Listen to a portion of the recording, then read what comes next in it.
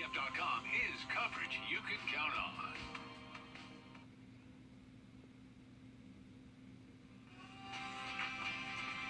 Well, the good news this afternoon, Sally is moving on out and taking all of her nasty weather with it, but boy, she sure has left a mark. We'll detail your full forecast. Meteorologist Ryan Gold with me. We'll give you the very latest as to what happened and what to look forward to in the days ahead. Right now on News Channel 6 at 5, Augusta's Medical District got a hard hit from the storms today. We'll show you. Also, we had floodwaters, left some drivers stranded in Aiken County. We were there for that. And flooding impacting several roads in Washington County, Georgia. Our team with the latest on what's left of Sally as News Channel 6 at 5 starts now. Live from Television Park, this is WJBF News Channel 6 at 5. Welcome back, everybody. I'm Brad Deans. Jenny is off today. Thank you for staying with us as coverage you can count on begins in the Forecast Center. And Chief Meteorologist Tim Miller tracking the remnants of Sally. Tim, what a morning it was. You know, I thought about you this morning. Were you able to go for your walk this morning? I actually did. There was a window, like a 47-minute window, and I just whipped around my route. I'm proud of you. All right, even through thick and thin, like the postman. There goes Brad. Yeah, I'll tell you what, Brad, the rain has been something else, and we have some incredible rainfall amounts. Some of it just getting, you know, a smidge, and others getting just buckets full. And meteorologist Ryan Gold is with me here as we're teaming up to give you the very latest coverage. We'll check in with Ryan here in just a minute. Let's look outside now with our remnants of Sally. It has been something else, I'll tell you what. There it is, all the showers and rain moving on off. The circulation, though, of Sally, believe it or not, is smack dab overhead. So the center is basically right on top of us. But the rain is now moved off towards the east, and all the severe weather is moved off with it. I promise you we'll have no more severe weather here coming up for tonight. In fact, the Storm Prediction Center, though, still, has part of Aiken, Barnwell, Allendale, and Screven County. All of this is a marginal risk. Maybe Bamberg, you're into the slight risk, but my feeling is this, too, will be moved off towards the east. This is more good news. The flash flood watch remains in effect for only 2 counties of our viewing area, the far northeast part of Saluda and east towards Bamberg. Other than that, that has been canceled, but there still is some flooding issues, no doubt. 5 or 6 radar showing some showers. The red you see there are tornado watches that still continue for parts of South Carolina, but here at home from Grovetown to Aiken to Barnwell, these are some showers, no big storms here. And up into Lincoln County, McCormick, and Edgefield County, again, these are showers, no big heavy storms. Heaviest storms now well south of our viewing area, headed towards Charleston and Savannah. Well, here it is, 80 degrees, our current temperature at the moment. Still very humid, very muggy. Here is Futurecast at 7 o'clock tonight, showing all the big storms well out of our area. Still, though, some leftover showers. Notice the clouds now moving from the northeast as Sally starts to exit, and by midnight, we're still dealing with cloudy skies. The good news is some changes headed our way. Sally moves out, severe weather is over, and wait till you see what's happening for the weekend. We're going to talk about that and talk about Sally's mark, too, with some of these rain totals and some great pictures you all have sent us. We'll check in with meteorologist Ryan Gold here in just a bit. Brent. Forward to it, Tim. Thank you. And cleanup efforts, of course, now underway after all that rain. One of the hardest hit parts of the metro area, the Medical District, surrounded by 15th Street, R.A. Dent Boulevard, and Walton Way. That's where News Channel 6's Chloe Salsameda is live tonight. Chloe, streets are still messy after all that flooding. Yeah, there's still a lot of debris left in the area, but the streets are a lot drier. All 3 streets around Augusta University here were flooded this morning. The water was about knee-high. Now, the weather also disrupted class for students here. They tell me their teachers sent them home because the roads were being closed and they didn't want the students to get stuck. But the students had to walk home because the AU shuttles stopped running. But most of us rely on like the shuttles and stuff in order to get in between campuses and stuff like that, and they're completely shut down from all the flooding. And the roads are back open and traffic is back to normal, as you can see. Crews are just working on cleaning these streets up before tomorrow morning. In Augusta, Chloe Salsameda, WJBF, News Channel 6. A good reminder tonight that if you come up on standing water, please don't drive through it. A driver on Interstate Parkway in Augusta got stuck today, and crews had to help get that person out. Now their car's all over the news. Happened about 9 o'clock this morning when the rain was really coming down. If you see a flooded road, turn around, don't drown. You know, don't drive through flooded roads. Don't walk through flooded walkways. choice. Either you don't know what's underneath, you don't know how deep it is, you don't know if there's a hole underneath, so it's really dangerous whether you're in a vehicle or in a car. Great advice, Jason DeHart. Scientists say it only takes 6 inches of water to cause loss of control in a car. The Richmond County Schools dismissed early today, and they're going to be closed tomorrow because of flooding issues. A spokesperson for the board says that's going to give school leaders time to address those flooding concerns. No extracurricular activities or practices today. Meal delivery and pickup for virtual students does continue tomorrow. Schools in Washington County will also be closed. More details for you on that next on News Channel 6 at 6. Several cars got trapped in floodwaters downtown this morning. You heard Chloe tell you it was about knee-high. Look at Harper Street, St. Sebastian Way. One driver had to climb out of her window to escape. People who work down there were worried they'd be trapped if the waters didn't recede. And that's kind of why I walked out here, because I'm afraid if I leave, I can't, come back or get back in, so. So we're there trying to make sure everybody did get out safely. First thing this morning, one of the hardest hit areas was Washington County, Georgia, where crews had to close several roads, including Highway 231. News Channel 6's Jenna Kelly has that. If you're headed down Highway 24 in Washington County, you're going to run into one of these detour signs because just 4 miles down the road, it's completely washed out. The rain was so heavy on the roadways, it even broke off the shoulder of Highway 24. Trucks struggling to get where they need to go. We're out here as long as the dangers, in the danger to the public. We'll be out here to however long it takes. Georgia Department of Transportation saying this was the most flooding they've seen in a while. Those who live in the area devastated by the impact. I farm for a living, so we depend on rain from time to time, but this is absolutely the biggest rain I've ever seen at one time. You might recognize him, County Commissioner James Hitchcock, checking out the damages in his district that will push back his farm production a few weeks. And that's not the only work on hold. Our middle school actually had a lot of water damage come in, flooded the classrooms, the library, the administrators' offices. TJ Elder Middle School was the first of all schools in the county to shut down. So they're having to close and bring in people to get the water out, do repairs. School buses cannot get down the dirt roads, even paved roads today because of the flood. Eventually the water will proceed down. Make sure no cross drains or nothing stopped up to make it drain down faster.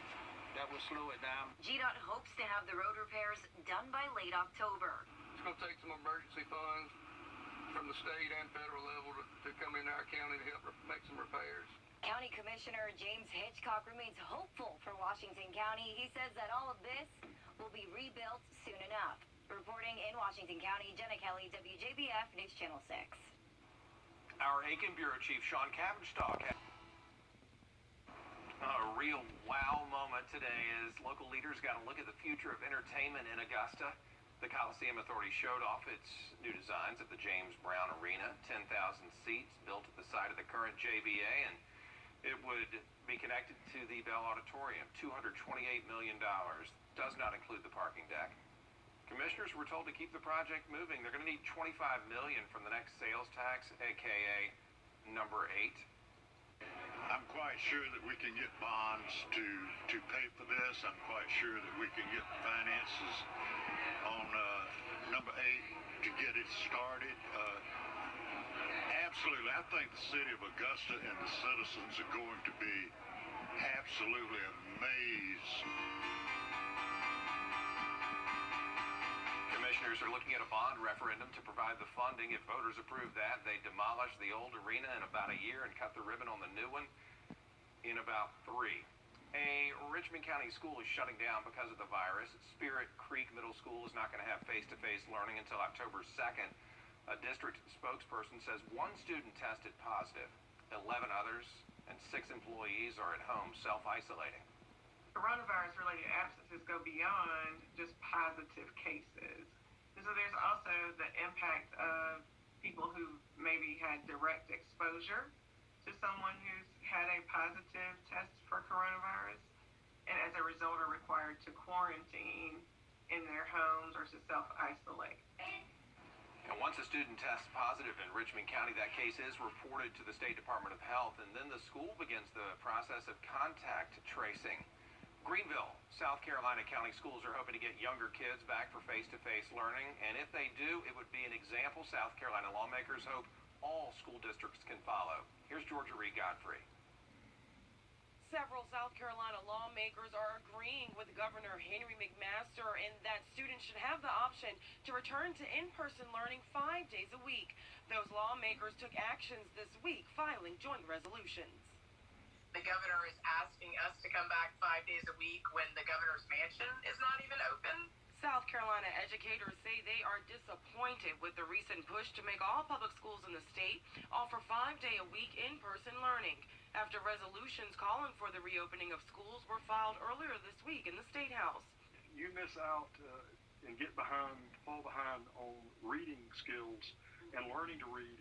That's going to impact a student for a lifetime. So it's critically important that we have students in the younger grades back in school as quickly as possible 5 days a week. It's critically important for students with learning disabilities. Educators agree students learn better with face-to-face instruction, but teachers are voicing their concerns, worried that reopening schools for 5 days a week in-person learning might be rushed. I'm in Richland too, and this week alone, we buried 2 colleagues that we know were interacting with the public and with children in their professional capacity. While lawmakers are pledging to invest all resources needed to foster a safe return to school, educators are hoping health guidelines are followed more strictly. It's critically important that we use the resources, the personal protection equipment, the PPE, and use the funding that's available from the state and the federal government to the school districts to make a safe environment. And teachers are essential workers, and they need to be treated as such. Originally, the recommendation was that you'd need to be in a low threshold area for the virus to go back 5 days a week. Those resolutions have been assigned to the appropriate committees. In a moment, the latest on our weather and where that storm that blew through this morning is now, what the rest of this work week and weekend will look like, plus the damage that the rough stuff left behind in other cities.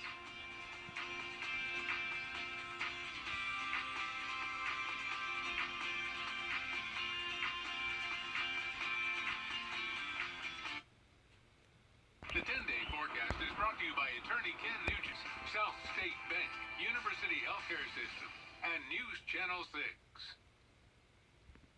Now, your most accurate forecast with Wjbf Live Viper 6. And Viper 6 showing the remnants of Sally leaving. Thank goodness for that, Sally. Don't let the door hit you, right? There it goes. Scattered showers and some rain. No severe weather for us at home. We are done with severe weather, I promise. We do have some light showers, Grovetown to Evans. You'll see that little red mark. That's a tornado watch for Orangeburg County. I would imagine soon that will be also dismissed. Barnwell, some showers, and again, off towards away from our viewing area. Here's Orangeburg. This is from the Claflin campus. There's sunshine trying to peek on through there with the Jiffy Lube Skyview cam. 80 degrees. That is a very warm, humid 80. 77 in Gibson, Evans at 77. Aiken the same. There is Sally. The weather with Sally's off towards the east, but the circulation is basically over us. So we still, I think, can get some showers tonight, but any big heavy rain is done with. Severe threat. Marginal risk for Aiken, Barnwell, Allendale, and Scrubbin counties that further off towards the east. Notice we're done with that, and I think that'll even be a lot less here a little bit. Our far northeastern county of Saluda, you are the only one in the flash flood watch. The rest of that belongs to South Carolina. We are A-OK. Look at the rain totals, or the rain chances. 30% tomorrow. Then a big goose egg, and there's more to that story coming up. In the meantime, I'm joined with meteorologist Ryan Gold. Ryan, well, I tell you what, we've had some incredible rainfall totals.